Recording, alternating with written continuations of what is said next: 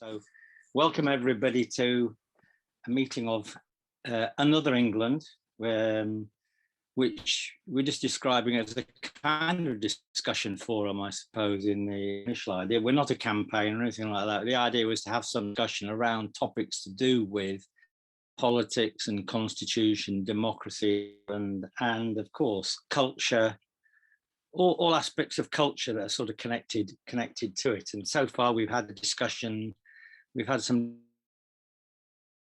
looked at Shelley's poetry. I did a little bit on flags last time, and if you've been watching the news, we see how powerful flags are when we've seen the Palestinian flag being flown in many places in London and other places at the present moment in time. That's a powerful symbol of Palestinian resistance. We were talking about that last time. So we're going to just it's going to be exploratory. We haven't got a proper organization. I'm hoping that if we get going, we will organize ourselves and become a sort of democratic, proper organization. But at the moment, it's just at the level of exploring around some ideas to do with politics and culture. I did a draft to be circulated. I hope towards the end of January we could have a beginning to look at that, and then maybe have a special meeting to decide where we're going to go and how we're going to organize itself. So I'm going to start tonight. I don't know if Pauline's with us anyway. I'm not sure if she is, but we had two songs on the Diggers and Gerard Winstanley last time, and we decided we would ask Pauline to do some more radical songs for us. And then we had an idea of doing something that I called English Voices. The idea was to explore the idea of English identity by asking comrades who weren't born in England but had come here how they view England and English identity. And I'm going to do that item first because I've asked Carlos, who's from Chile, and Russell from South Africa. I did have quite a few other people that I know from America, from Germany, from France. All I think have got a contribution to make, and maybe I hope we will continue with that idea. I did at one point say that in terms of English voices, that I wanted to say, and I did say one time, that Karl Marx is one of the greatest Englishmen that ever lived. And I say that slightly provocatively because it's obviously Karl Marx is famous as being German and famous as being Jewish in terms of his language and culture and origin. But it's important for us not to use the idea of England in an ethnic way, and rather to use it in terms of citizenship and citizenship, actually. So if being English means a citizen of England, then somebody who's settled here, they can define themselves, should define themselves as English citizens. Now, Marx came to England in 1845. He spent the next years in England and was part of the English working class movement. Of course, he was a European. Of course, he was an internationalist and all those other things. So I think that we have a problem. We do have a problem with English identity. English identity was never properly. You must be white and Protestant, and if you're not any of those things, you can't really be English. Now, that's an undiscussed, unthought out, untheorized idea. So the idea is that England is obviously, and always has been actually, a multinational, multiracial country, multi-ethnic country. And so the idea of this session was to ask some comrades who we knew who might just reflect on England, having settled here. In both the two cases we've got here today, refugees, asylum seekers and refugees, asylum seekers. So I think that I will possibly ask Russell and then Carlos. Is that all right with you, Carlos? If we take Russell to begin with and then yourself, or do you want to go first? I'm going to begin first. I can't hear anybody at the moment, so you'll have to unmute. Yes. Carlos, can you hear? Yes, can now. Yes, now I can hear. I would like to go a little bit first because for some other reasons, I will explain. I need to be in another meeting in Okay. 20 minutes or half an hour, something like that. Yeah. And then another one later on, 11 o'clock. So these things are coming up. If you don't mind, Russell? Yeah. Okay. Yes, go for it, Carlos. Yeah, can I go? Yes, please do. Okay, thank you, guys. Good evening, everybody. I'm really glad to be here. I'm talking to you in the most international sense of the word, kind of. I'm a Chilean. I never dreamed to be living here. First, my worst marks in secondary school were English. No, so start with that. And as you know, I was quite involved in the during the popular government of Salvador Allende between 1970 and 73. So my political life started in 1970 as a young radical, very young, and working like many thousands of people supporting the popular government.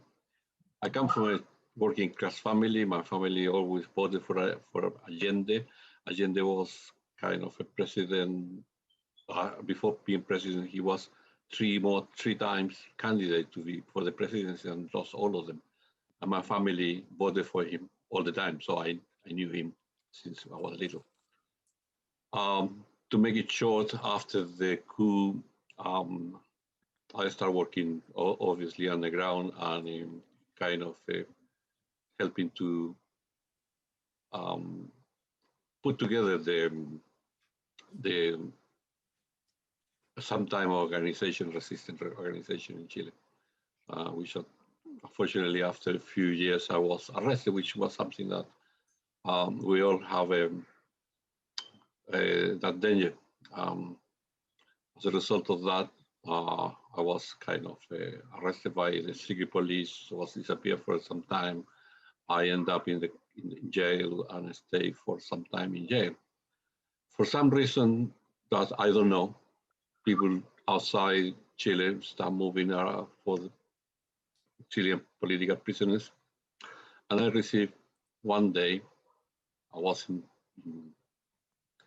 jail, kind of doing the duties we do as political prisoners, our organization and some work we do. I received a letter, little letter, an A5 letter with the stamp of the British government on top of it. And I still got that. But it says, in short, it said that I was kind of offered to resettlement in Britain and a conditional visa to go there, to go to Britain. Which surprised me because I didn't know where it came from and all that stuff. And I never dreamed to be coming here. So to put it short, I came here soon after my release. I came here and arrived here in 1978, June. It was a day, exactly got today, with kind of rain and starting the summer and all that stuff. And I started settling here. It was quite hard for me. 21 I was, as you can imagine. When I see my son, which is over 30, I'm kind of really worried about him. Imagine when you are 21, when you hardly know anything of life. So I came here with some other comrades and started settling. I work here and start doing some training. I was in engineering in Chile and working in machinery and so it was kind of easy, except English, for me to start. So after the year, I start here, and my very first time on a British factory was really kind of something really nice because. Just to interrupt, Carlos, I think I can hear a dog somewhere. I think, can you just just check and make sure your microphone Because is the cat, switched? my cat. It wasn't. No, we can't. I don't think it's a cat. It was a dog. My cat doesn't know language is my cat. It's looking at me now. Put your microphone off on mute, comrades, Okay. please. So That's it. Thank you. Sorry, Carlos, carry on. yeah, sorry. So very briefly, kind of trying to say that I have a very good kind of on the first tea break. You know, tea break on it's a really important thing on the shop floor. My first 10 o'clock, my first son. Somebody came, said to me, well, I didn't know anyone. He said, "Oh, where are you from?" I was in a very strange language, Scottish, for me. And he said, "Where are you from?" And I said, "Chile."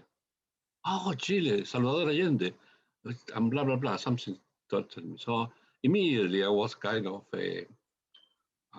recognized and supported. I have my friends there on the shop floor, and everybody tried to help me and with my English and all that stuff. So it was kind of a good kind of start in life in Britain. I had to say that there was a vast organization of solidarity with Chile then in the 70s. Huge. I tell you, it was one of the first kind of organized mass solidarity movement before later on became all the other campaigns. But the Chilean campaign was quite big. So in a way, that was my kind of started of life here in Britain. And since then, well, I worked for some years in the factory. I was made redundant by Margaret Thatcher, and it forced me to study, and I became a student of architecture and an architect, and then I started working in the university as a teacher because I was kind of a little bit older than the rest of the students then, so I have kind of certain facilities to mix in things. And it wasn't too difficult to understand, and the life in Britain. I didn't have a choice. I was expelled of the country and couldn't come back. Couldn't come back for 10 years. So it was kind of a thing of swing for me here. But I must tell you, it was really made easy by the solidarity of the British people. Many, I tell you, hundreds of people I was connected. I still got my very good friends from the beginning. I still know them. We used to work together and help on issues of solidarity. And then we went to other campaigns and things like that. So the issue of Britishness or being, I can say that although I don't think the national anthem still, and apart from those little things, very much London. I've been 45 years in London. So when I ask me, where are you from? London. I'll not say Santiago or anything like that, obviously, for obvious reasons. 2/3 of my life being here.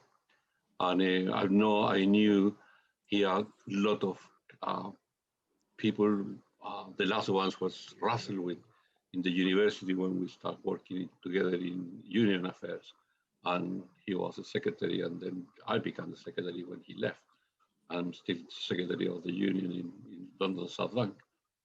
So there is kind of thing. My goal in life on this, and I don't know if I answered the question, is for me, try to give back what I received when I came here. I'm very grateful of being here.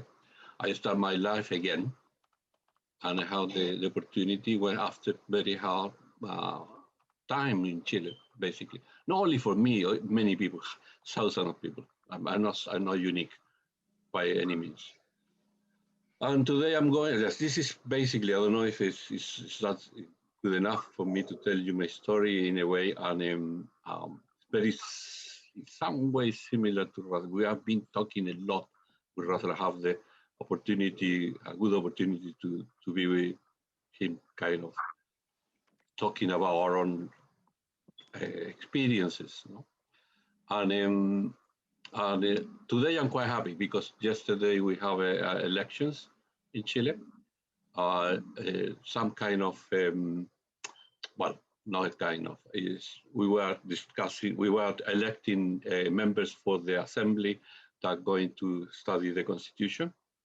And we elected governors of different regions in Chile, all along the Chile. And we got mayors elections and all sort of municipal elections. And I must tell you that the left, the independent left and the left itself won probably about 3/4 of the vote and 3/4 of the posts. The moment we have Mayor of Santiago is a communist, so you can imagine. Never happened before. We won 2 or 3 big places with 1 million people over for the left, and it's a big. The left I'm talking about is a group. It's a group of the communists and parties similar to Podemos in Spain, no? So the central left parties lost quite a lot because they are kind of, and the right lost badly. They couldn't get 1/3 of the vote on the constitution because with 1/3 they were going to be able to block many of the discussions. They couldn't get that. It's really important for us. We were quite afraid at the beginning on Saturday, between Saturday and Sunday, because there were very little, well, there are not many people coming to vote. So about the final vote for us, about 42%. Still, we give them a beating to the right wings. If we have 10, 15%, we would have done much, much better, and we were wipe out them, basically. So we couldn't, but. So that's what I'm going to say, Cameron. If there is any question on that, but this is basically my thing. I understand, and I really respect some of the. We learn in Chile. We learn about socialism because of the British company that went there, and with the workers that went there to Chile. The trade union was something that. And football, the British brought to Chile. No, anti. That's what I have to say, because Chileans do strikes in Chile in the times of the salpeter exploration in the north. The workers used to do strike because they didn't have tea in the mines. Okay. Excellent. Well, it sounds like Englishness was in Chile then. It's football, cups of tea, tea breaks and things like that. Yeah. So that's great that we've exported something apart from just imperialism, naked imperialism as well. Thank you, Carlos. I just want to say to comrades before, I know you've got to go now, I just want to say to comrades that we had Carlos to speak at a Republican meeting recently, because there are parallels with what's happening in Chile with a kind of new republicanism, the attempt in Chile to create a new constitution, and also an attempt to understand the identity of the Chilean people. All of these things of culture and democracy and constitution are all sort of linked together. So Chile can bring lots of information back to us, as it did when we listened to Carlos's updating. And I hope maybe at some future time, Carlos will come back and tell us more about events in Chile, which can inform us too. So without more ado, I'm going to go over to Russell. Russell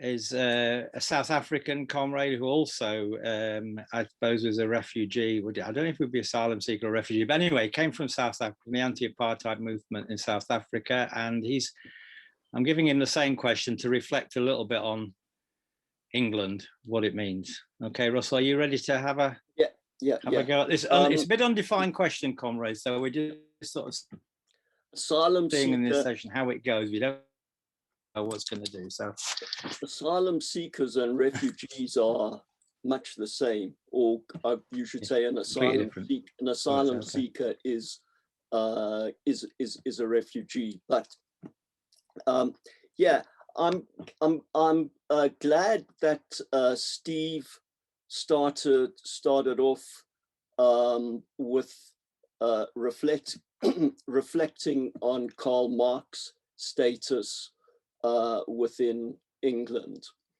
And it sort of links to what I was thinking about how I would introduce this reflection or my discussion on what it is like, what my experience of Englishness is as someone who essentially came to this country as an adult, as a young adult, not much older than Carlos. I was forced to flee South Africa when I think I was 25 or 26, but maybe I'll come back to that later. I want to sort of focus more on my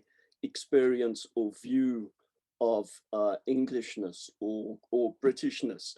Now, some of you may recall that during Ed Miliband's leadership of the Labour Party, there was a barely veiled slur, anti-Semitic slur against him by one of the tabloid newspapers, or maybe it was the Telegraph, which I don't know if that qualifies as tabloid. But the slur was made by focusing on his father. They referred to his father as that Jewish refugee who is a Marxist and hates British values. I don't know if people remembered that. And there wasn't such a great ballyhoo by the Jewish stroke Zionist establishment when to the extent that there was this huge there's been this huge furore over fabricated allegations of anti-Semitism against Corbyn and his leadership. I mean, I can't remember the exact details. There may have been some reaction, but it was nothing compared to the earthquake that was concocted. And thinking about that particular incident, and I've borrowed from that incident in a sort of joking way when I speak to people, both people of who aren't of my particular ideological persuasion, or with people of my particular ideological persuasion. When I introduce myself, I say, I'm Jewish, I'm a refugee, I'm a Marxist, and I hate the values of the British establishment, but no, I am not Ralph Miliband. And I think that particular incident, that particular sort of vignette, in a way sums up it seems to capture some of what I feel about being someone who wasn't born and wasn't brought up in this country, but who finds himself being British. Now, just to go back to how I arrived in the country, it might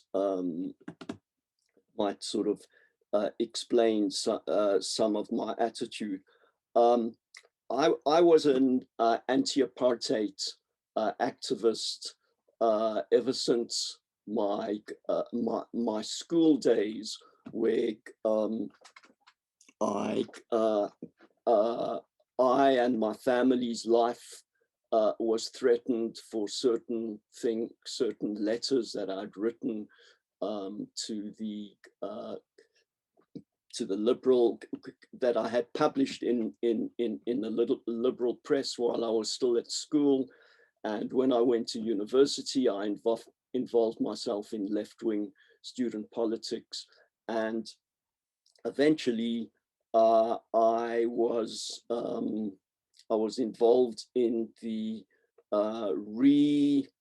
rekindling of the trade union movement in South Africa, in Johannesburg, which was the city that I was brought up in, where I went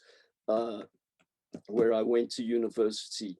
But prior to going to university, I was conscripted into the South African army, and unfortunately, I was conscripted into a combat unit. I was conscripted into the infantry.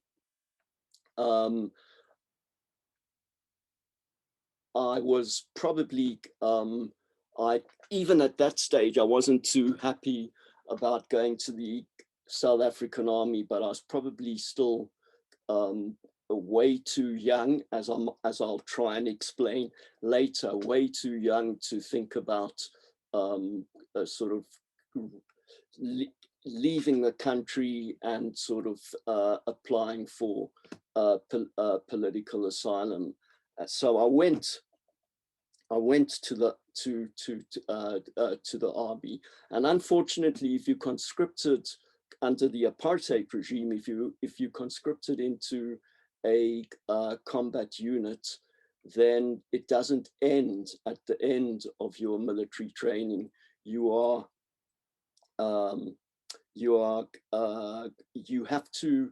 would have to attend camps of 3 months for every year until the age of, I think it's until the age of 50. You're allowed to go to university, you're allowed 2 degrees before you become eligible for those camps. And so I went to university, I did 2 degrees, I did a BA degree, and then I did what's the equivalent in South Africa of a master's degree there, which is an honors, it's a separate postgraduate. And then I became eligible for these 3 monthly camps as a supposedly well-trained combat troop. And at that point, South Africa, the anti-guerrilla war against the SWAPO, the Southwest African People's Organization, and also against, so that's SWAPO in Namibia, and Namibia borders Angola also. Again, South Africa was getting heavily involved in fighting the MPLA in Angola. And in 1979, sorry, just before then, I had made a pledge to myself once I'd been through university and through my activist period, that I was not going to don the South African uniform, South African Army uniform, either as a combat troop or even as a non-combatant. That was became anathema to me. So I had been preparing for quite some time to flee South Africa when the time came. Although I'll say now, you can never be prepared for the life-wrenching experience that going into exile entails. But anyway, at the end of 79, I received, in those days, they still had the emergency things were done through telegrams, and I received a telegram from my so what they call citizens force unit. When you leave, when you exit your conscription, you join this reserve unit, and you'll be interested to know that my reserve unit was called the Transvaal Scottish. Okay, very much an English speaking unit. And anyway, I was called up by a number of telegrams, and I fled the country within 7 days. I had to try and organize the purchase of an aeroplane ticket, raise the money to flee the country. And I understand from my girlfriend at the time that the military came looking for me when I didn't turn up at the rendezvous.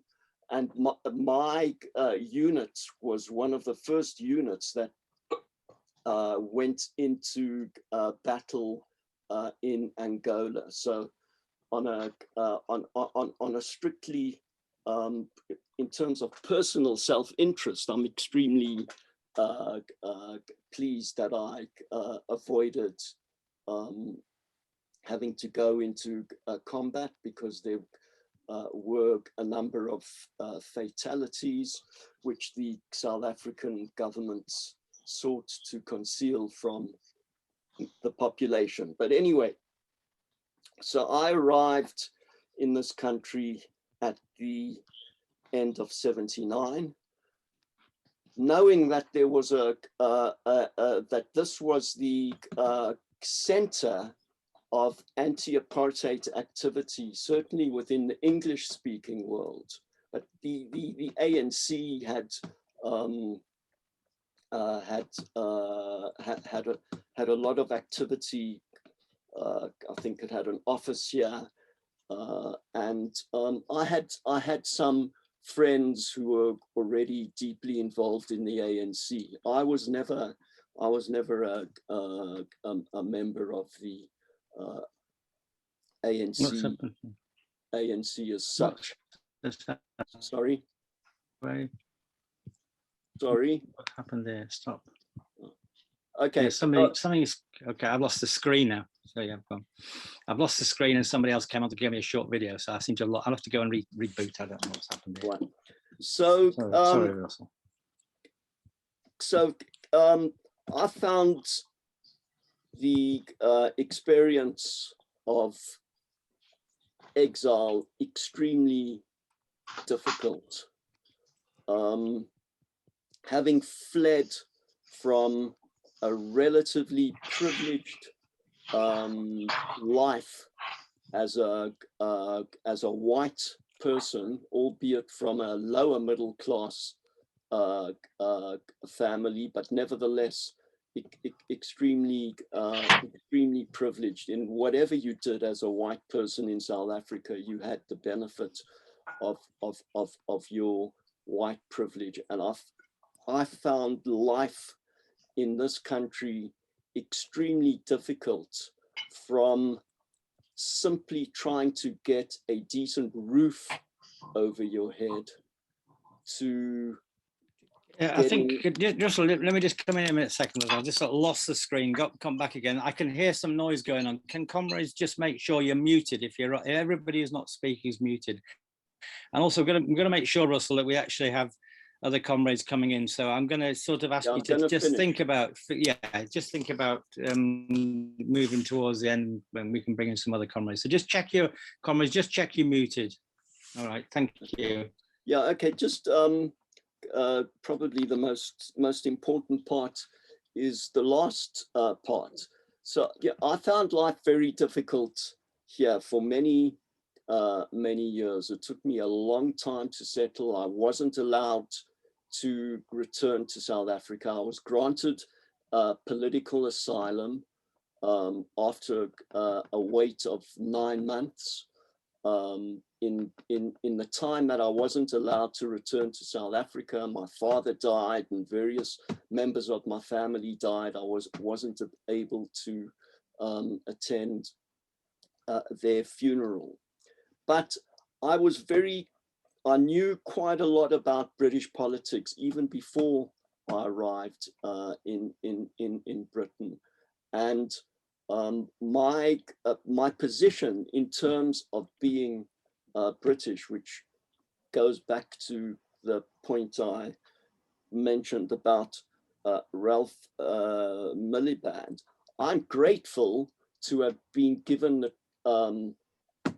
political asylum, but I'm not grateful as in grateful to British people as if the British people are some homogenous mass.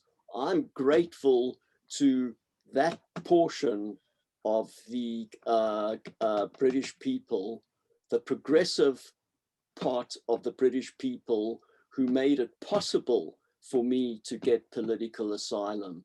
Because I assure you, and if the British establishment had its way, people wouldn't get a political asylum. So I always seek to emphasize that the refugees and particularly people getting political asylum isn't at the grace of the British government as such. There's a long, long history of struggle, primarily working class struggle, to reach a point where you have, where people like myself and Carlos are able to gain sanctuary in Britain. Okay, I'll finish it there. Thank you, Russell, and thank you, and to both of you, to Carlos. I'm going to open it up for other comrades to comment. I don't know how far we've got. We've got some very interesting stories there going there, but whether we really got to much on English identity, I'm not entirely sure. But that's what we're going to be heading towards. So I'm going to open it up and see if comrades have any comments to go. And I just say that we've also got quite a few other comrades too. We've got two men. We haven't got a woman. We've got women comrades that I hope we will bring next time, Marie and Tina and Deepa from Germany and India and France. I'm hoping we'll get to hear from them on another occasion. So any comrades, any comments that comrades want to make? I wonder if either of these people think they'd get into the country now. Can I answer that? Yes, you can. I think Carlos has had to go anyway, so we don't think we'll get to hear from Carlos. We'll hear from Russell. Russell, it's an interesting question. My immediate response would be, even though I came as applied for political asylum, and they must have known that my leanings were very much to the left. Nevertheless, I brought with me my middle-class, educated, white privilege. And as a white person, irrespective of your politics, I presume, you bring that kind of privilege. I've always recognized that had I been black, the story may well have been very, very, very different. Although our situation has changed generally with the anti-Brexit, just generally with the anti-immigrant sort of Brexit situation, I'm not sure, but certainly during that time, it certainly helped being white, that's for sure. Comrades? Anybody? I'm looking to see if there's anybody else to make a comment.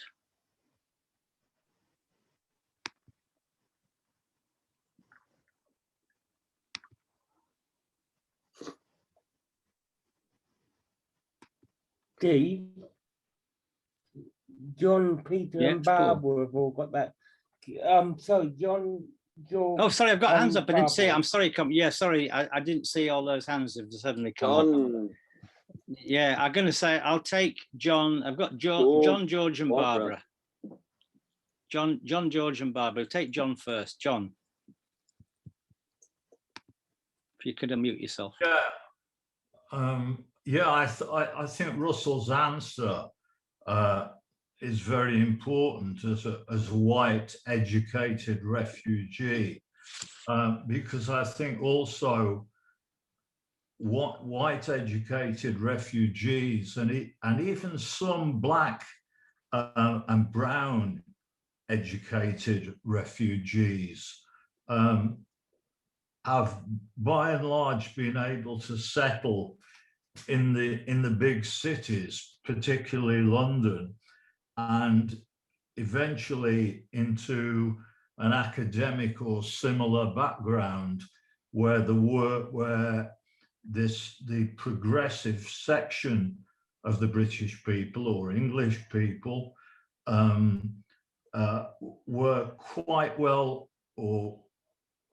represented and able to provide the kind of ongoing support which both Carlos talked about and Russell hinted at.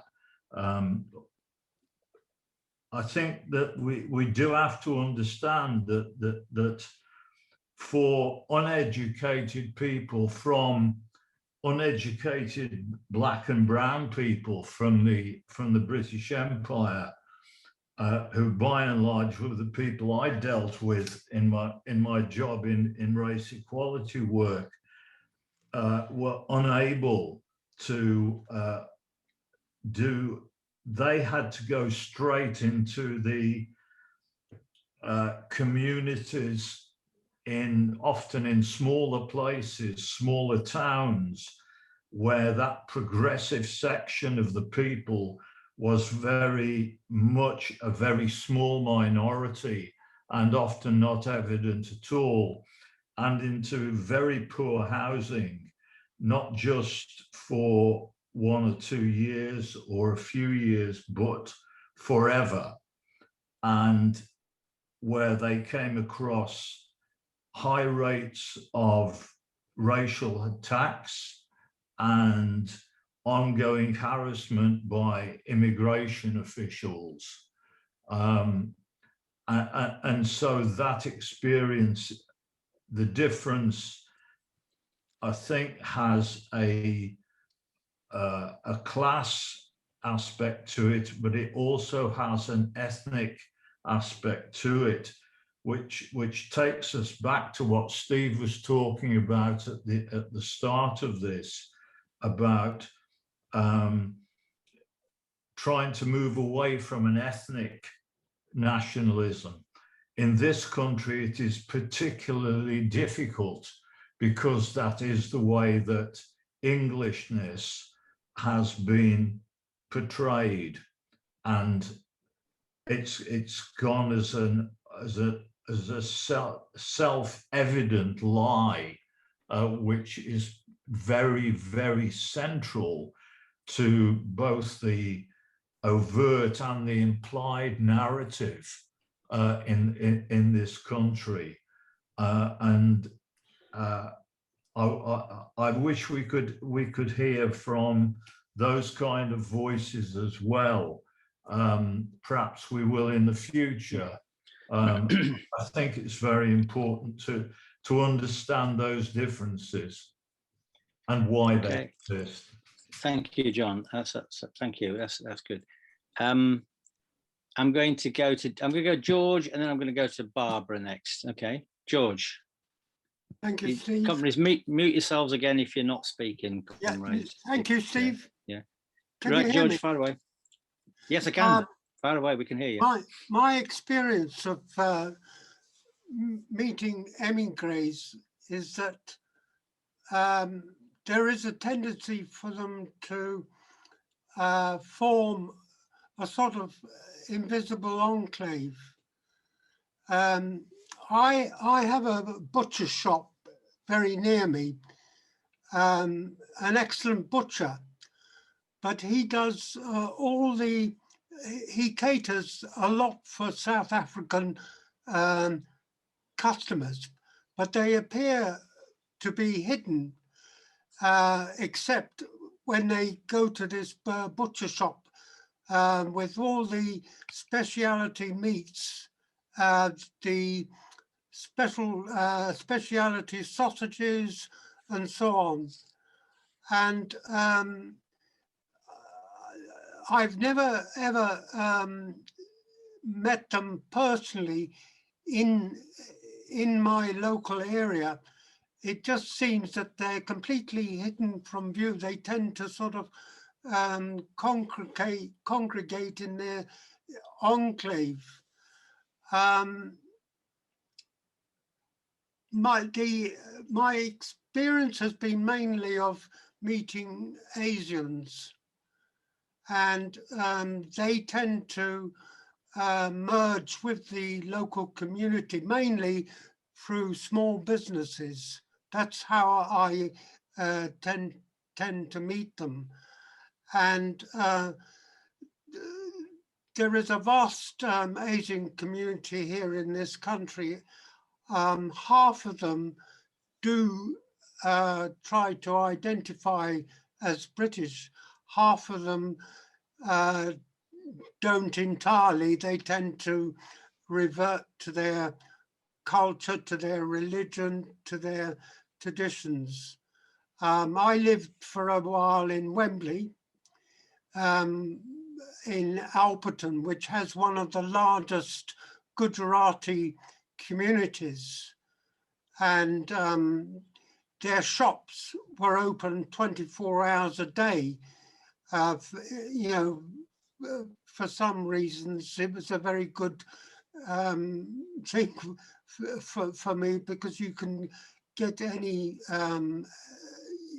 Asian food that you wanted 24 hours 7. That's all I want to say for the moment. Yeah. And I'm going over to, okay, thank you, George. I'm going to go to Barbara, and then Barbara. Yeah, I was going to pick up on what Paul and to an extent Russell said about sort of privileged refugees. As you may have noticed in the chat, I worked for the Chilean refugee program for refugees who were either studying or academics in Chile, and that program was actually funded by the Labour government, which by today's standards was sort of left-wing, although I think all of us here would have thought it was right-wing at the time. But they did fund very generously the program for academics and students coming from Chile, unlike the way that Carlos came, that was possibly through a very big trade union program, who brought over people from Chile and supported them. But picking up on what Russell said about feeling privileged, the refugees in the program that I worked for had, they were all placed in universities, either as lecturers or as students. They got very good living allowance, plus all sorts of other expenses for travel and books and all the rest of it. But many of them came from quite upper middle class backgrounds, despite being very far on the left in some cases, and having had, you know, horrendous amounts of torture and so on that they'd endured in Chile. But many of them felt that they were being discriminated against as refugees because they had such a low income, whereas in fact it was above what an average British worker at that time would have earned. And so, I mean, certainly, you know, that was a group of refugees that got the sort of treatment that we wouldn't dream of any refugees getting in our current climate.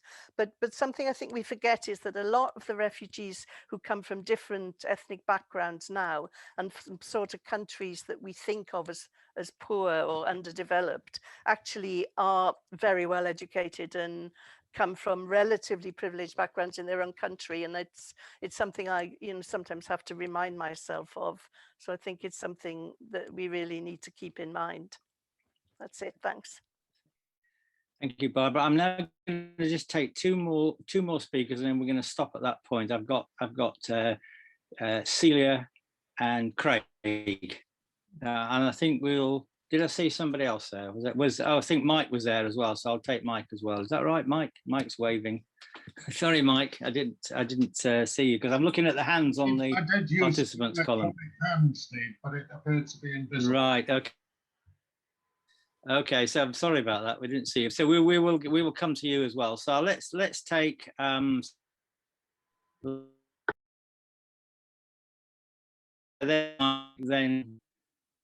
let's do it in that order. Celia. Are you there, Celia? Just unmuting. Yeah, just to follow on Russell's experiences. Oh, there we go. Sorry. Yeah, you can hear me. Okay. I promise I'd never say that. Can you hear me? Okay. Yeah. To follow on Russell's experiences, I mean, although I was heavily involved in the anti-apartheid movement, I didn't actually have to leave South Africa. I just wanted to. So I ran away anyway. And my experience, I stayed with a friend in Lambeth, and I had absolutely no trouble whatsoever getting residence permit. Went along to I think it was the Home Office in Brixton? Yeah, and there was a huge queues, and everybody queuing was black except me. And I was right at the back of the queues, and somebody came and took me out the queue and took me and dealt with me, took me into a side office. And in Lambeth, when in the pubs in Lambeth, when they knew I was South African, assumed I was racist, being a white South African, and, you know, congratulated me on, you know, my attitude towards Black people and so on, which I found incredibly shocking and far more racist than South Africans were. And then I moved to Scotland, and the opposite happened. They assumed I was, they assumed I was racist, but completely disapproved of me as being racist, you know, were very unpleasant to me, which I found better, more tolerable. Anyway, that's just to point out that, yeah, it was a white South African. I had no trouble at all with immigration. Yeah. Thank you. So I'm going to thank you, Celia. I'm going to that brings another angle in on it. I'm just going to go now to Mike next, because I think Mike had been missed out, and then I'm going to go to Craig. So Mike and Craig, and then I think I'll draw a line on it, unless there's any it would just try to draw a little bit to a head on that. So Mike first. Mike. I'm not discriminating against that, but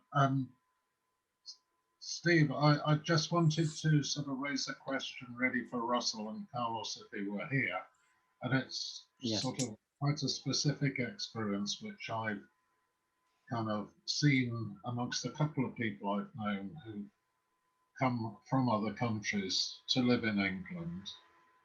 And in particular, I say had because sadly he's dead now, a Portuguese friend whose experience replicated very closely Russell's and to some extent Carlos's as well. But he lived under Caetano in the dictatorship in Portugal, and he fled when and his family were quite well known and they're quite left wing, and he was a protester, and they had to sing in code in order to, you know, not get arrested.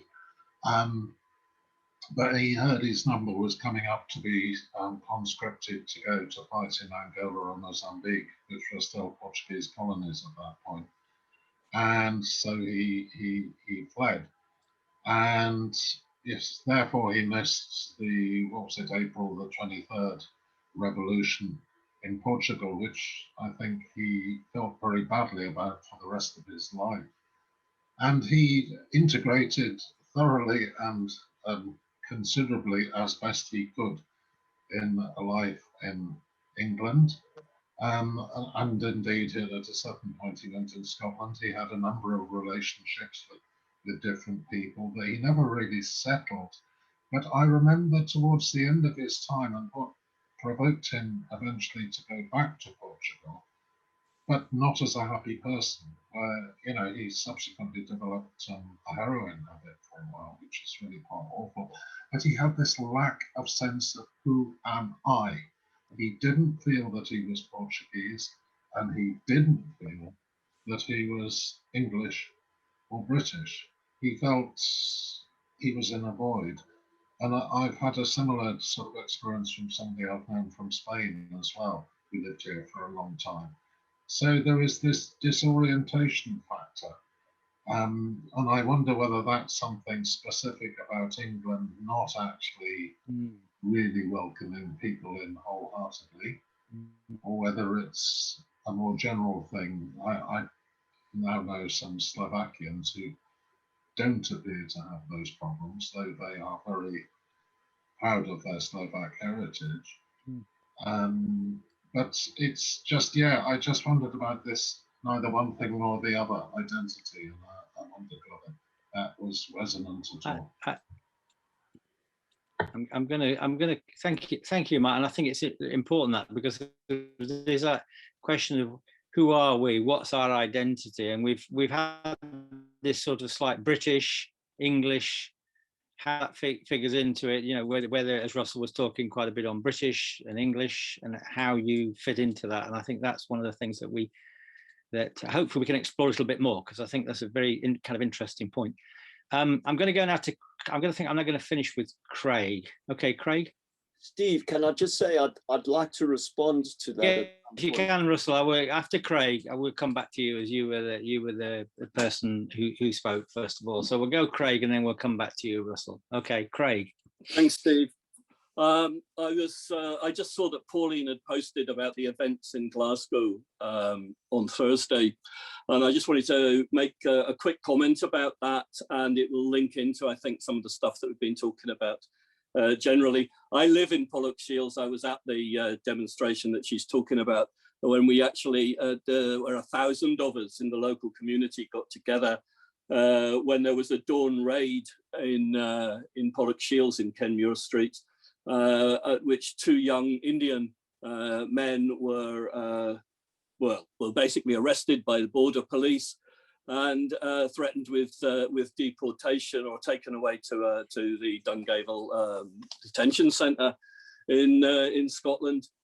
It was, I'm 71 years old now. I think it was probably the proudest day of my political life to see that 1,000 people blocking a police van to defend 2 people in their local community. It was a classic example, I think, of the way in which people just came together spontaneously, no questions about identity or anything. One of the interesting things that's not been caught up by the press, those 2 young men were both Sikhs. They've both actually been in the country for about 8 years, but of course the recent clampdown through the new hostile environment asylum seekers policy and the racism of the Home Office was on full display there. The community is a multi-ethnic community. It's mainly Muslim, but there are ethnicities. There are people from all over the world in that area, as well as, of course, a large contingent of us who actually, you know, were born in Glasgow and lived in Glasgow and so on. And in my case, have come back to Glasgow.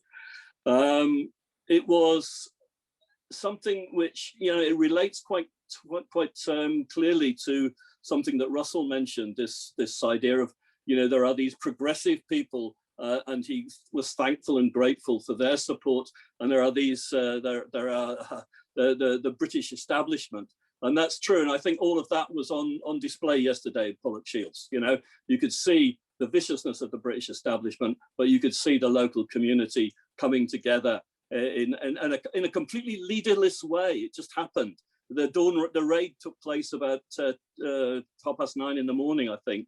It was 8 hours later that we finally managed to broker the deal, which removed the police from our streets, and we then escorted the asylum seekers to the local mosque, Now they were Sikhs, but the local Asian community gave them sanctuary in one of the local mosques, which was much closer for us to get them to.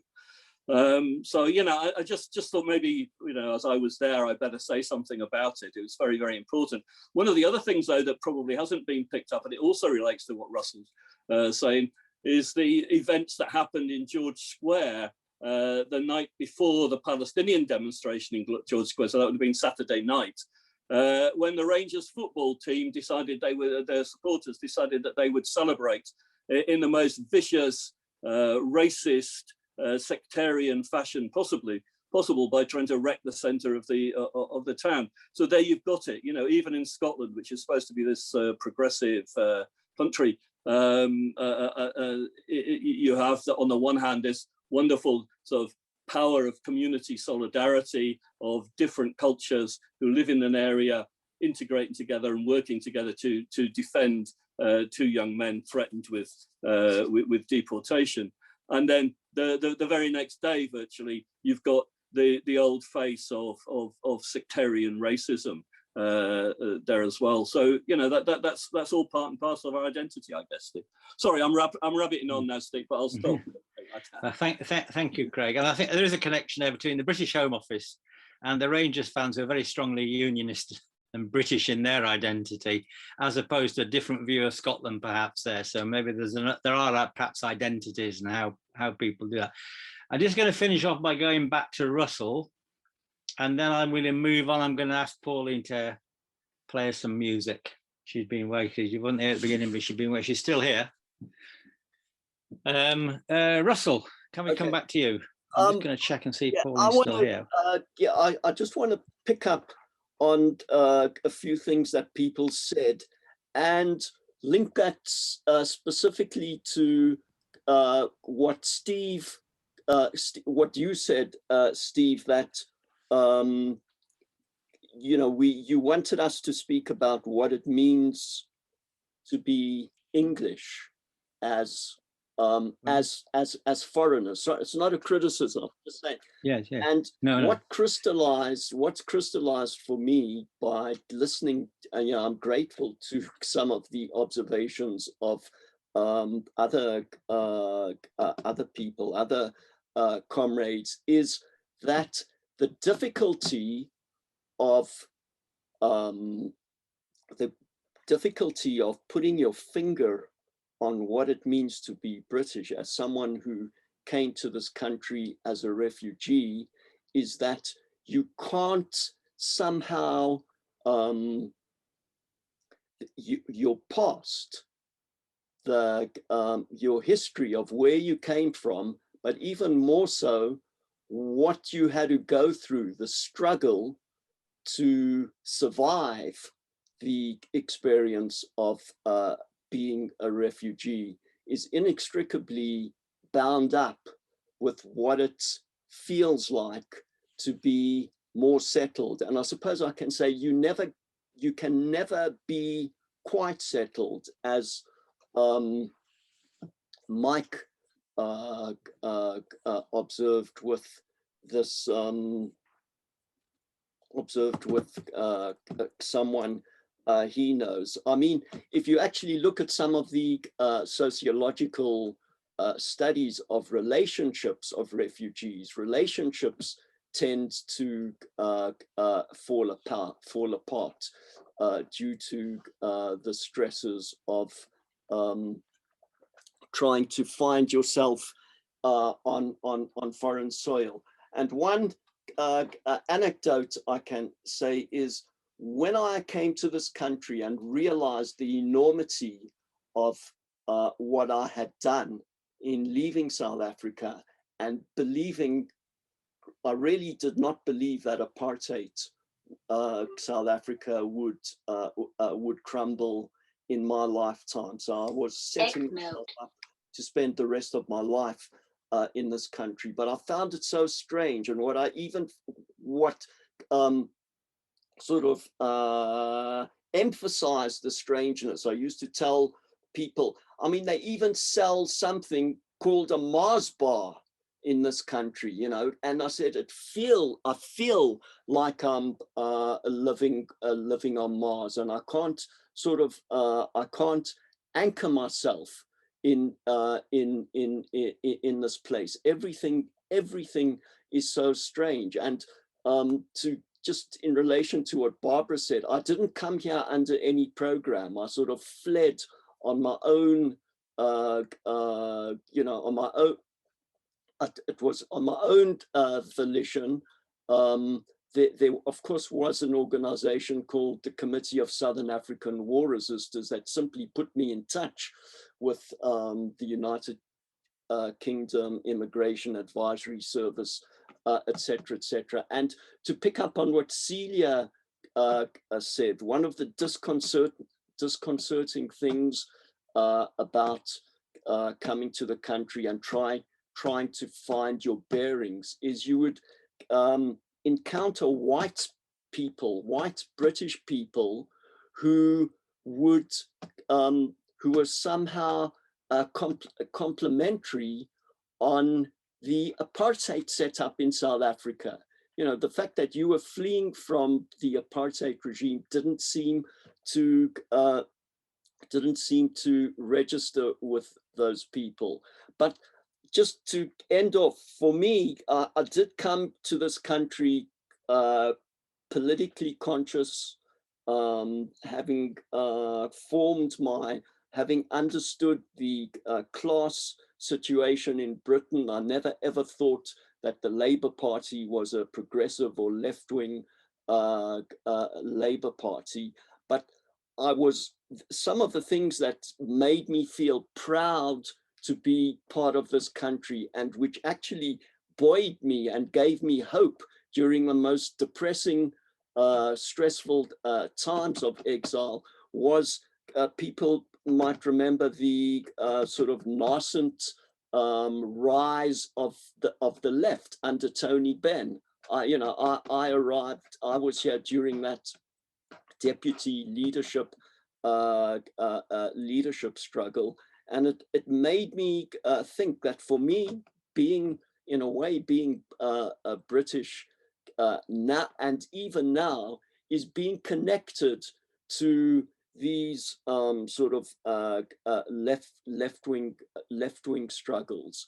I mean, I don't feel British in terms of any great patriotism. I like the fact that I've got a British passport. I like the fact that I live in London, and it's a very understated sense of belonging, but not, you know, I'm not connected. I don't feel connected to any flag, even in the most progressive sense. I feel more connected to the flag of Cuba, Venezuela. You know, it's a kind of internationalism. Cuba, Venezuela.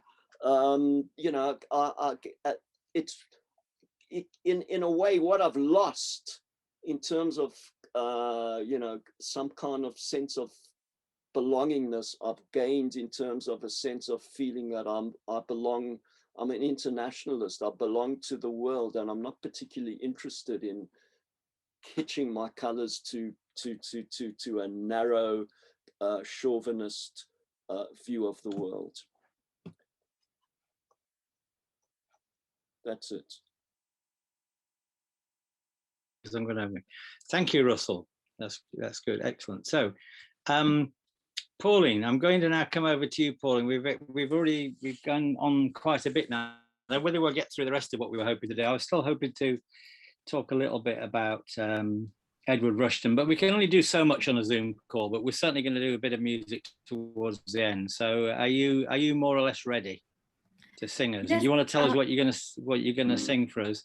And then I'm going to say a little bit about the idea of Poets Corner, mentioned Phil, and what we were trying to do. So, okay. Can I just, before tell us what you're going to sing about? Can I just, before I start singing, can I just say that it's been a fascinating discussion And I completely agree with Russell's last point. I think that identity is a very fluid thing, and we should look at it as that. It's very fluid. There's certain facts. There's like where you were born, when you were born, you know, but other than that, it's really quite a fluid thing. And I do think that this whole Britishness, there's a lot of propaganda from the British establishment that wants you to, that's all based on racism, and it's all based on, you know, imperialism, and you've got to love the flag, and, you know, all of that stuff. And as an internationalist, yeah, it all turns me right off. And just to say that I was born in Ireland in the north. My dad was in the Air Force. I had terrible identity problems for a lot of my life, really bad mental health problems because of, you know, the moving around all the time and the sort of propaganda that was in my family. But since I've been in Scotland and I've ended up in a very Irish area, I've been really embraced by Irish people that, you know, they give me a sense of belonging, that I was born in Ireland, therefore I'm one of them. And the politics of the, you know, my dad being in the Air Force, that means no worries to them, it seems. And yeah, the belonging thing is really important as well. Anyway, so that's my two penneth on identity. I'm going to sing a song from the Liverpool Dockers dispute. Me and Steve talked earlier about songs from England, so obviously Liverpool is England, but also this was a very internationalist dispute, because there were dock strikes all over the world in support of the Liverpool Dockers, and I was involved with this dispute for 2.5 years and was totally inspired. And so both these songs I wrote, this first one is about how I first got involved in the Liverpool Dockers dispute, and I saw Doreen McNally speaking. She was the chair of the Women of the Waterfront. So that's what this is about. It's called Dockers United.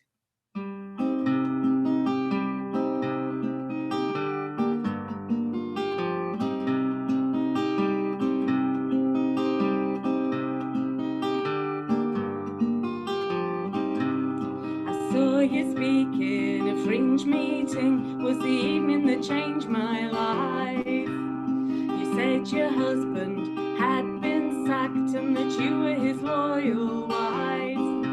With your quiet voice and your tiny frame, you told us how this did start. You looked shyly at us with your northern eyes. There was passion within your heart. 'Cause the Dockers United should never lose, 'cause the people know they're right. We're gonna stay with you, it's just a matter of time before the workers will win the fight.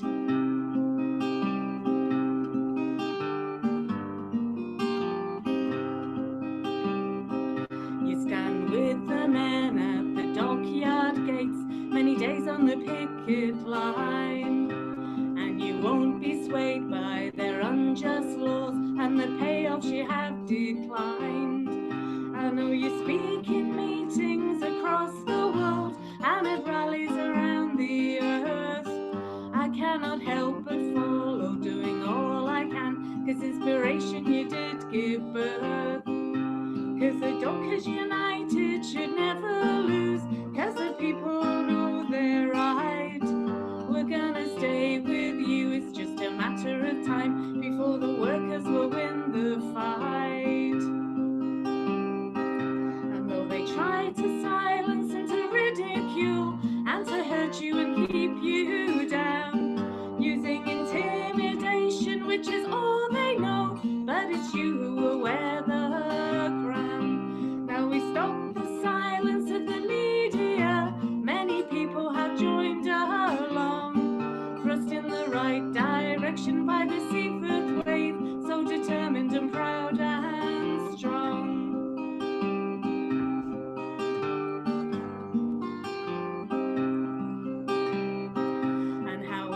so well that for humanity it is crucial you win the fight. And from our little houses and our dirty streets, we've the whole world in our sight. The current's moving strongly across the globe, giving hope for our future years.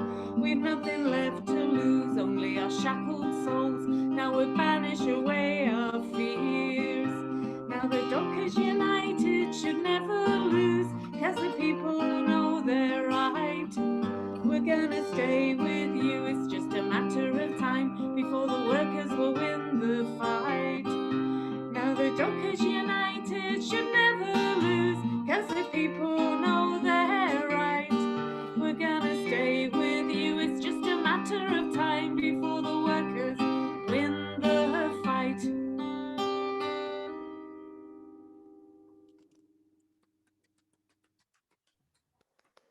You can hear us all, Pauline. But anyway, thank you.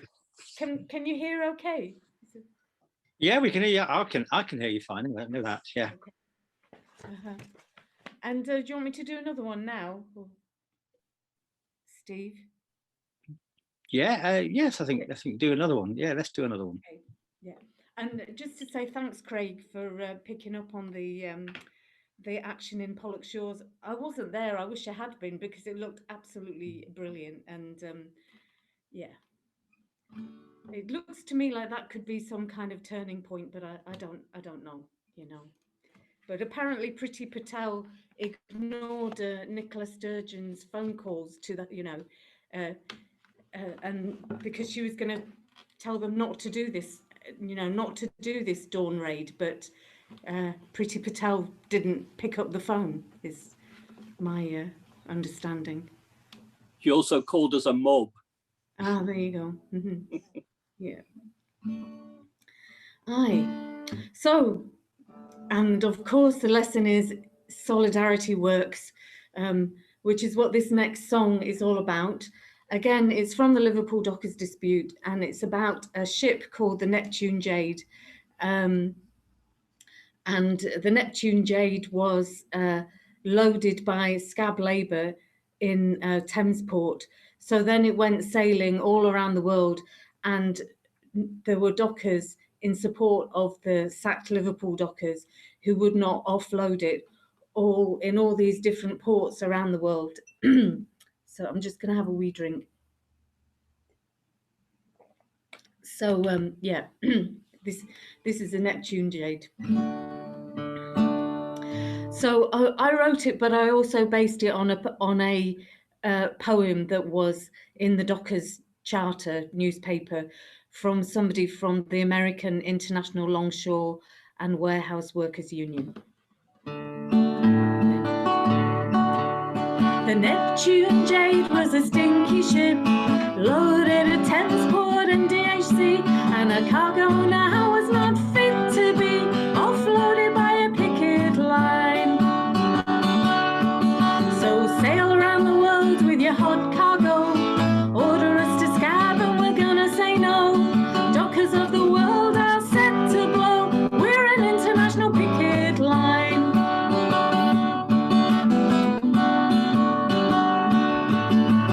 Sailed into Auckland on a Monday morn, moored at the dockside blowing the horn, but the captain's looking a bit forlorn, there's an international picket line. So sail around the world with your hot cargo, order us to scab and we're gonna say no. Dockers of the world are set to blow, we're an international picket line. Midnight Tuesday she was in a spin, sailed round the bay, tried to come back in, but the picket was holding and we wouldn't give in, we're an international picket line. So sail around the world with your hot cargo, order us to scab and we're gonna say no. Dockers of the world are set to blow, we're an international picket line.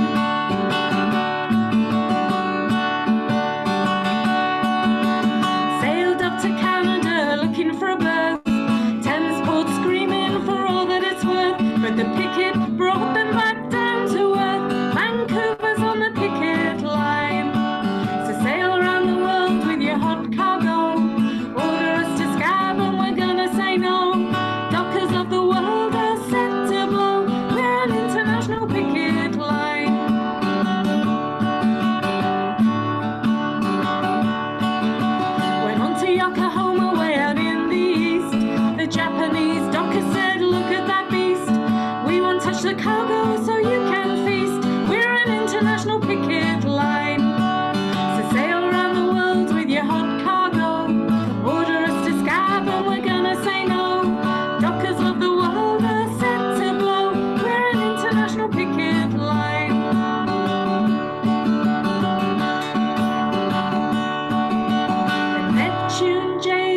sail for the last time. She's gone to Taiwan to be sold for a dime, and a change of name to cover up for the crime of trying to break the picket line. The Neptune Jade has sailed for the last time. She's gone to Taiwan to be sold for a dime, and a change of name to cover up for the crime of trying to break the picket, trying to break the picket, trying to break the picket line.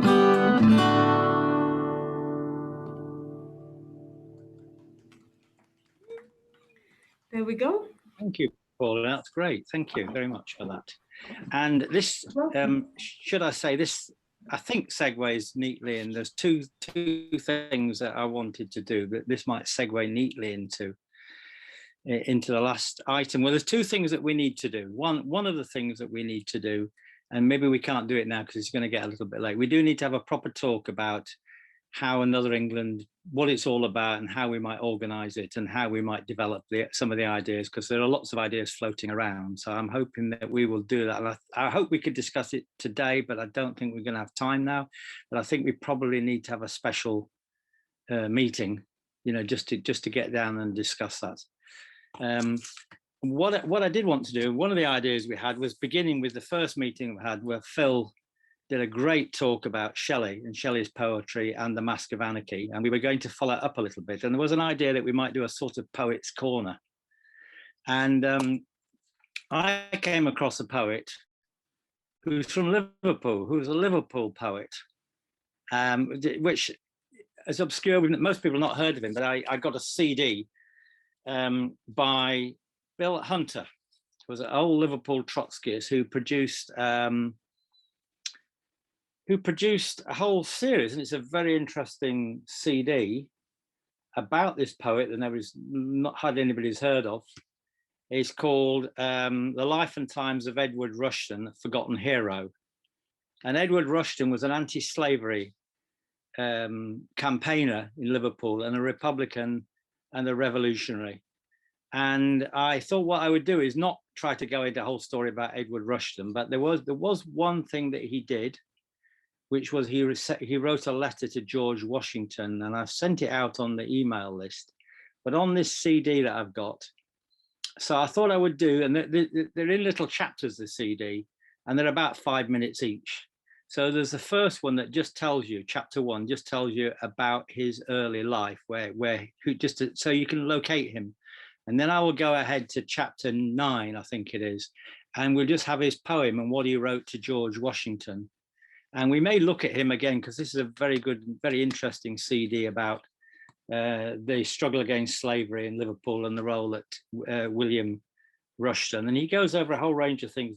Not only, of course, he talks about the Liverpool Seamen's Revolt, the press gangs, Irish Free, all sorts of things, the French Revolution, all these other sorts of things. So the way I was going to do it was I was going to try to play this on a CD, and I hope you're going to be able to hear it. So if you can hear it, okay. And it doesn't go a thumbs up if you can actually hear it. So let's just see if I can get the whole thing to see if this comes up.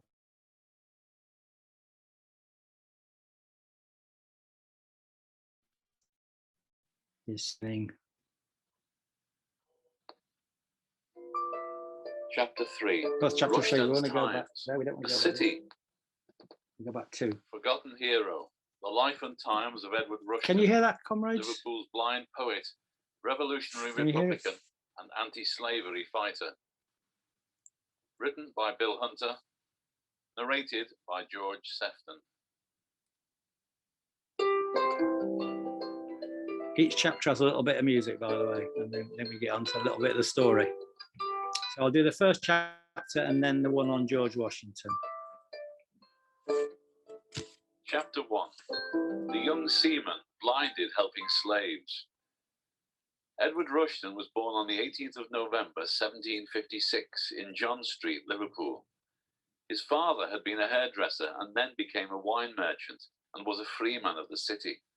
Young Rushden attended the Liverpool Free School and was apprenticed as a seaman to a firm of West India merchants, Watt and Gregson, before his 11th birthday. He was in his 16th year when the ship he was sailing in was in a terrific storm just outside the mouth of the Mersey. The Reverend William Shepherd, writing in 1824, tells of Rushden's bravery when the captain and the crew so lost their presence of mind as to abandon themselves to despair and relinquish all efforts to guide the ship. The boy seized the helm, sounded a tone of command, and by his courageous bearing inspired the men to return to their posts and succeeded in saving the ship. Rushden's firm gave him an immediate promotion to second mate, and his indentures were endorsed with a commendation. When he was 18, he sailed as a second mate in an American ship. It picked up slaves in Africa, and Rushden recounted later his distressed feelings on discovering what the trade meant. One of his friends aboard a previous voyage had been an African, Kwamina. Rushden had taught this young man to read and write, and later he owed his life to him. He often told the story of how the ship was anchored off a coast, and the two of them were in a boat pulling towards the shore when it sank. Rushden's friend found a floating empty water cask that could, however, only support one. Kwamina saw that his friend was exhausted and pushed the cask towards him, bade him goodbye, and sank to rise no more. Rushden remonstrated with the captain about the treatment of the slaves and the terrible and inhuman conditions in which they were imprisoned. He bitterly regretted his having engaged himself in his present odious employment. His opposition was so pointed and so unreserved that the captain accused him of mutiny and threatened to put him in irons. This first voyage on a slave ship was also to be his last. Later on in the voyage, the slaves were smitten with contagious ophthalmia. The crew was panic-stricken because at that time, the majority of those who contracted the disease went blind within 3 weeks. The ship's crew and its officers would most likely believe that evil spirits caused the disease. It has to be remembered that it was only in the 19th century that Pasteur discovered that most infectious diseases are caused by germs and viruses. The slaves were left in the hold unattended. Rushden pleaded with the captain to be allowed to take food and water to the suffering men and women. The captain eventually agreed, and Rushden tended to the slaves. He succumbed to the disease, and in 3 weeks his left eye was totally destroyed, and his other eye was sightless, with opacity of the cornea. He thus arrived back in Liverpool from the voyage, totally blind, and was in that condition for 30 years. So that's just his early life, and I'm going to switch ahead to the piece on George Washington, his letter to George Washington about slavery and about the American Revolution. I hope that's printed. 2, 3, 4, 5, 6, 7, 8, 9. I think that should be it. Let's see.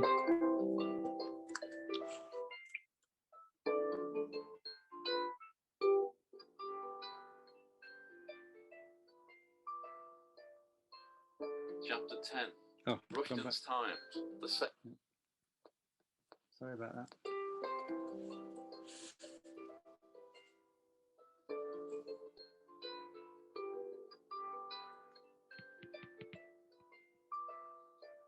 Chapter 8. Nope. Rushden and the Slave Revolution. There we go. Sorry about this. You're going to get the right place. Here we go. This should be it.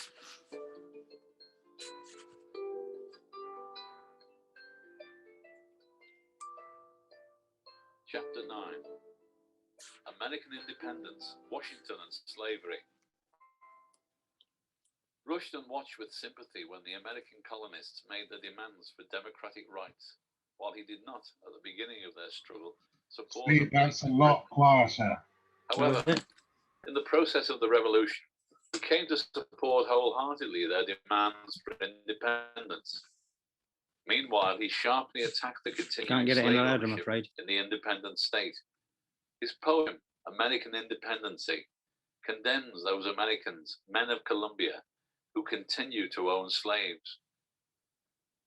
Ye men of Columbia, oh hail the great day which served your gigantic domain. which taught the oppressed how to spurn lawless sway, and gave the vast world a new reign. Yes, hail the blessed moment, when awfully grand your Congress pronounced the decree, which told ancient realms that your pine-covered land, though coerced, was resolved to be free. By those fields that were ravaged, those towns that were fired, by those wrongs that your females endured, by those blood-sprinkled groves where your warriors expired, oh, preserve what their prowess procured. And reflect that your rights are the rights of mankind, that to all they were bounteously given, and that he who in chains would his fellow man bind, uplifts his proud heart against heaven. He continued his protest when he wrote an outstanding, historic and forthright letter to Washington in July 1796, telling him that you, I say, should continue to be a slaveholder, a proprietor of human flesh and blood, creates in many of your British friends both astonishment and regret. Your friend Jefferson has endeavored to show that the Negroes are an inferior order of beings, but surely you will not have recourse to such a subterfuge. Your slaves, it may be urged, are well treated. That I deny. Man never can be well treated who is deprived of his rights. They are well clothed, well fed, well lodged, etc. Feed me with ambrosia and wash it down with nectar. Yet what are these if liberty be wanting? You took arms in defense of the rights of man.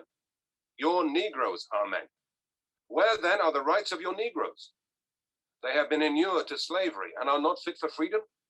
Thus it was said of the French. But where is the man of unbiased common sense who will assert that the French Republicans of the present day are not fit for freedom? It has been said too, by your apologists, that your feelings are inimical to slavery, and that you are induced to acquiesce in it at present merely from motives of policy. The only true policy is justice, and he who regards the consequence of an act rather than the justice of it gives no very exalted proof of the greatness of his character. But if your feelings be actually repugnant to slavery, then are you more culpable than the callous-hearted planter, who laughs at what he calls the pitiful whining of the abolitionists, because he believes slavery to be justifiable, while you persevere in a system which your conscience tells you to be wrong? If we call the man obdurate who cannot perceive the atrociousness of slavery, what epithets does he deserve who, while he does perceive its atrociousness, continues to be a proprietor of slaves? Of all the slaveholders under heaven, those of the United States appear to me the most reprehensible. For man never is so truly odious as when he inflicts upon others that which he himself abominates. Should these strictures be deemed severe or unmerited on your part, how comes it that while in the northern and middle states, the exertions of the virtuous Quakers and other philanthropists have produced such regulations as must speedily eradicate every trace of slavery in that quarter, how comes it that from you these humane efforts have never received the least countenance? If your mind have not sufficient firmness to do away that which is wrong at the moment you perceive it to be such, one might have expected that a plan for ameliorating the evil would have met with your warmest support, but no such thing. The just example of a majority of the states has had no visible effect upon you. Of Virginia, of the two Carolinas, of Georgia, and of Kentucky, they smile contemptuously at the idea of Negro emancipation, and with the state constitution in one hand and the cowskin in the other, exhibit to the world such a spectacle as every real friend to liberty must from his soul abominate. Then what is man? And what man, seeing this, and having human feelings, does not blush and hang his head to think himself a man? Washington returned the letter without answer. Rushden wrote to Thomas Paine, suggesting that they jointly campaign against American slavery. Paine was unsympathetic. Rushden concluded that Tom Paine cared valiantly for the freedom of the white man, but not of the Negro.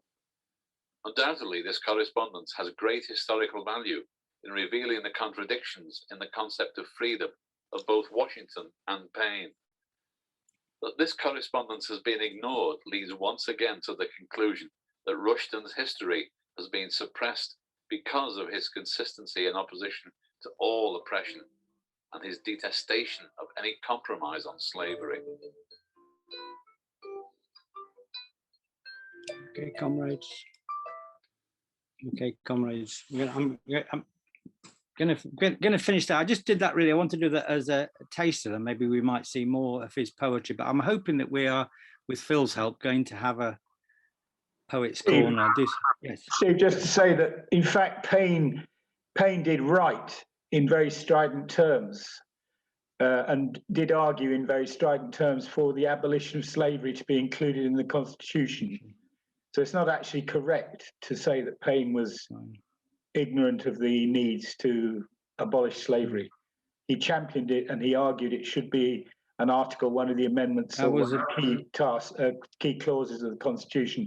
But he fell out with Jefferson and had to leave the States in the end. So he didn't come to anything in the end. But I think you'll find. I was surprised. I mean, I was a bit surprised by that, and I didn't check it out. It's just what they wrote. It's not correct as far as I know. Far as I know. No. Anyway, okay, comrades. So I'm going to suggest that we do have a separate meeting now, because it's been quite a long meeting. We've been going on for an hour and 3/4. It's a long time to be on Zoom. So I hope that we have another meeting scheduled, but I also think that some of us will need to get together, those who are interested in the project, to actually work out what the aims of the project's going to be and how we're going to develop it. And I think we need a whole meeting to discuss that. As Stephen Hall raised it last time, we haven't really answered it so far, and it does need to be discussed. But you can see the general idea of what we want to do here, to have discussions around English identity, around the Constitution, republicanism, and these kinds of issues. So if there's anybody got anything else they want to comment on at the moment before we wind up. Can I Mike? Yes, Mike. Say something? Yeah, Mike. Something about Rushden. Yes. Well, two things really. The first thing came out when I read it last night. There's something I'm not quoting it absolutely, but to the gist of, there is nothing more odious than people who campaign for the rights of themselves and their peers and then subordinate others to the same atrocities that they themselves have been subjected to. And, you know, obviously Rushden's making that point to Washington about him not coming out against slavery and holding slaves. But I was put in mind, you know, in contemporary situation of the, you know, what's happening currently to the Palestinians being inflicted on them by Jewish Zionists who themselves have in the past been subject to unthinkable atrocities through the Holocaust. And yet the ideology of Zionism allows them to quite happily dehumanize and subject Palestinians to very much of the same degrading and subhuman kind of words fail me. But anyway, you know, I mean, we've watched over the last few days what they are up to, and it is horrendous. So that's one thing. The other thing that just came out to me, just hearing it now, that the American slaveholders were particularly bad. Well, actually, I might take some, I mean, yeah, there were some horrible ones. But we should not forget that it was the British slaveholders who campaigned for a very long time against the abolitionists. And then when it finally came to pass, they were paid an obscene amount of money, and the slaves were paid nothing at all for having been enslaved. However, the slaveholders were paid an obscene sum of money, which apparently is equivalent to a couple of £1 trillion now. And which enabled many of the slaveholders to set up institutions in the City of London. So the City of London is absolutely based upon slavery, one might say. But in fact, Britain only ceased paying off the loan that was taken out to 2016 or 2017. So I would say, actually, by stealth, the British slaveholders took the biscuit. And I should just add to that, a little bit more of the Rushden story is his whole, which we haven't looked into here, but Rushden had a big fight in Liverpool against the people who were allies, who wanted to abolish slavery, but were allies of the slave ships. And there's a whole story, Rushden's fight against that type of abolitionist, you know, who wanted compensation for the slaveholders. So Rushden has an honourable, we'll find out a little bit more about him with time, I hope, in the course of this, but there are many other people, of course, we could be talking about in English history too, so maybe we'll do that. I think I'm going to finish there, comrades, if that's okay, and say that there is another meeting scheduled. I hope we're going to do some more English voices. I hope we're going to do some poetry and music, and also start looking at political questions like the Constitution, like republicanism and issues like that, which are also to do with that. So I hope that's where we will go next. But we obviously will get together and invite comrades who want to get involved in the project to come to a meeting where we can discuss how we might develop it. Can I just say one thing? Oh, yes, all right, Russell. Which relates to republicanism. As far as I understand it, the American War of Independence, which was a fight against the British Crown for an American republic, was one of the fundamental reasons for the American War of Independence, is that at that point, the Crown was looking to abolish slavery, and the likes of Washington and the Republicans were pushing back. One of the key, I don't know if other people concur with that, but I've recently learned that the American War of Independence wasn't such a progressive movement as it is presented, but had a very reactionary, nasty sides to it. Well, we're not going to open up that story right now. Observation, you know, it's putting a. I mean, the American Revolution never sorted out the problem of slavery. Obviously, it didn't, and therefore it led to the American Civil War and the situation in America that is going on to this very day. You know, that's the price that America paid for that early revolution. Okay, chat, comrades, I'm going to say in the chat, I like what Laura said in the chat in response to Russell's point about the understated sense of belonging. He said that's so English.